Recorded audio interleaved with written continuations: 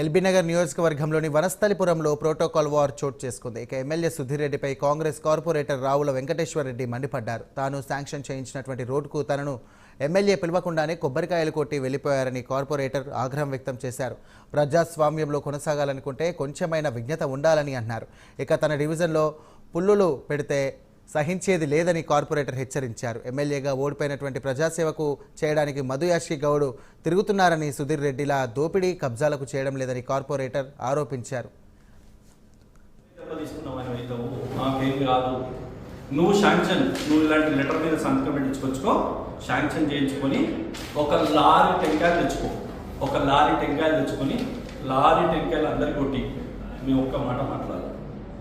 కానీ నువ్వు చేయకుండా, నీకు తెలియకుండా నువ్వు వచ్చి టెంకాయ కొట్టినావు చూడు, ఎక్కడన్నా నువ్వు చేయించిన పని నేను టెంకాయ కొట్టినావు చూపి, నువ్వు ఎక్కడన్నా శాంక్షన్ తీసుకొచ్చిన పని నేను టెంకాయ కొట్టినావు చూపి.